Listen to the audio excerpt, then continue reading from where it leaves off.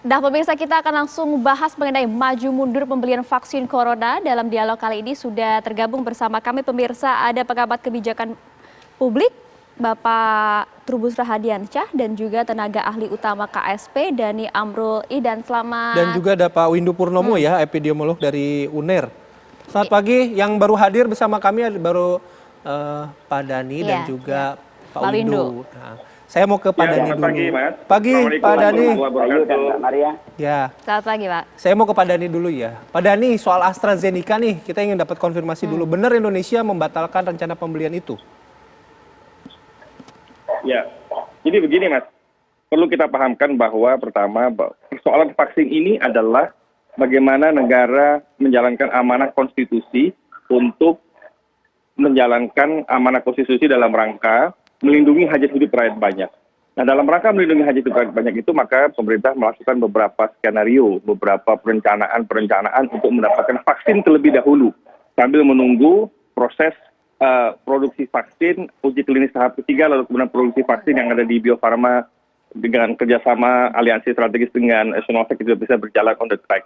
Nah, oleh karena itu pemerintah melakukan apa yang disebut dengan advance marketing commitment dengan beberapa lembaga internasional, termasuk di dalamnya menandatangani letter of interest, letter of intent.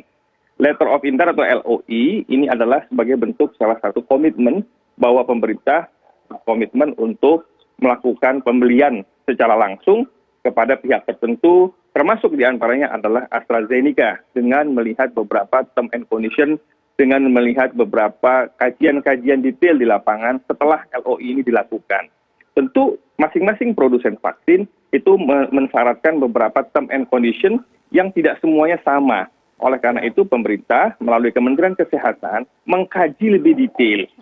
Termasuk salah satu diantaranya adalah kunjungan BPOM, MUI, Kementerian Agama, pergi ke Cina untuk melihat proses produksi yang ada di Cina, di Sinovac, dalam hal kontennya, dalam hal ingredients-nya, dalam hal faktor produksi dan penunjang produksinya, sehingga dianggap atau direkomendasikan ke depannya apakah memenuhi atau tidak memenuhi dari kriteria yang ada di BPOM maupun Majelis Ulama Indonesia. Itu frameworknya seperti itu.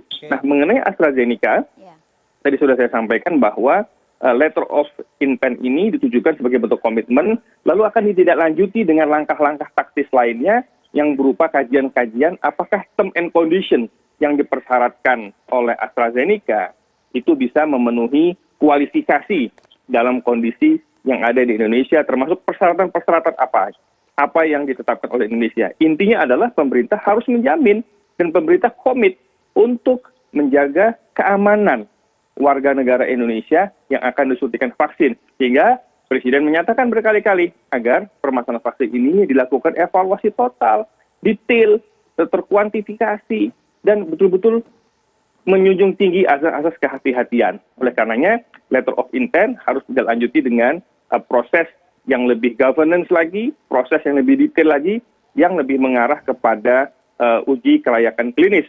Itulah bagaimana negara melihat keamanan terhadap penggunaan vaksin dan juga melibatkan para ahli epidemiolog, ahli virus untuk melihat lebih jauh tentang challenging kelebihan dan kekurangan berbagai manufaktur vaksin ini. Baik, kita juga akan sapa dulu nih Pak Trubus Rahadiansyah selaku pengamat kebijakan publik telah bergabung bersama kami. Pak Trubus, selamat pagi ya.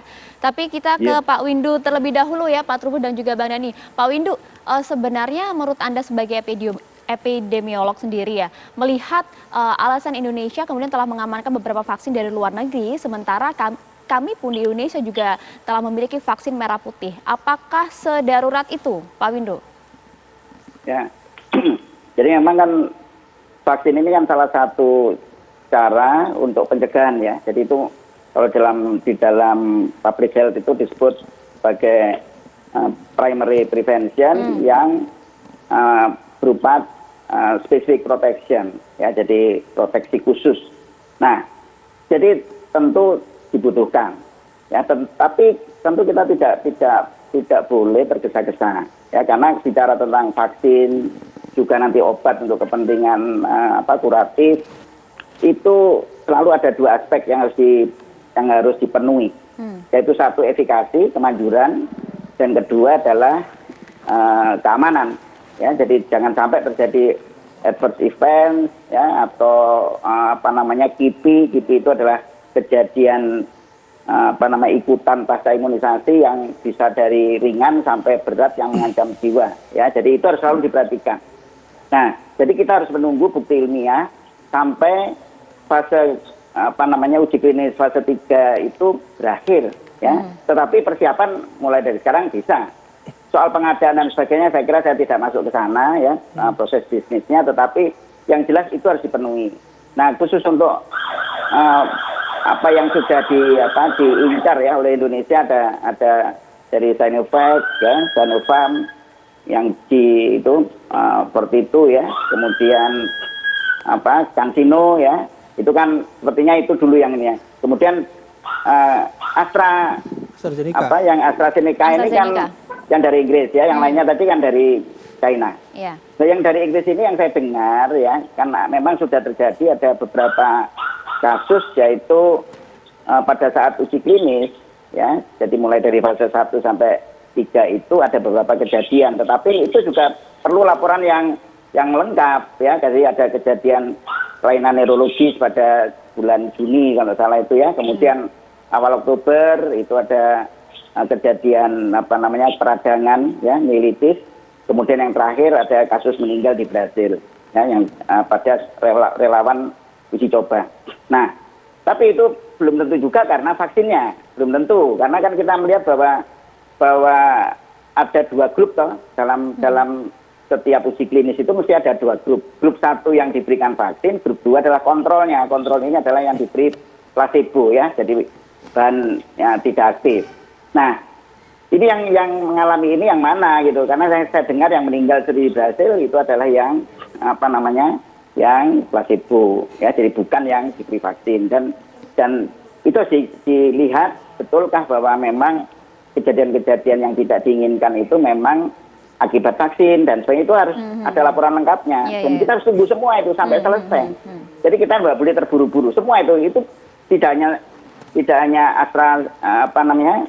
Seneca ini, tapi juga yang Sinovac ya, yang Sinopharm dan CanSino itu semua harus dilihat sampai tuntas.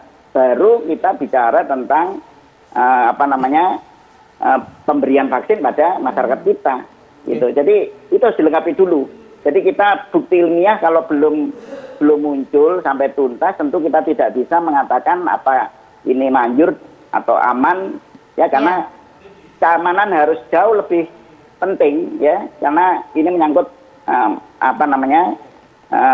jiwa gitu ya. Jadi risiko harus jauh lebih rendah daripada benefitnya. Soal keamanan juga tadi sudah di-highlight sebenarnya sama Mas Dhani.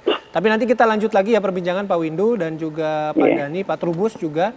Kami harus jeda terlebih dahulu. Apa kabar Indonesia Pagi akan kembali sesaat lagi.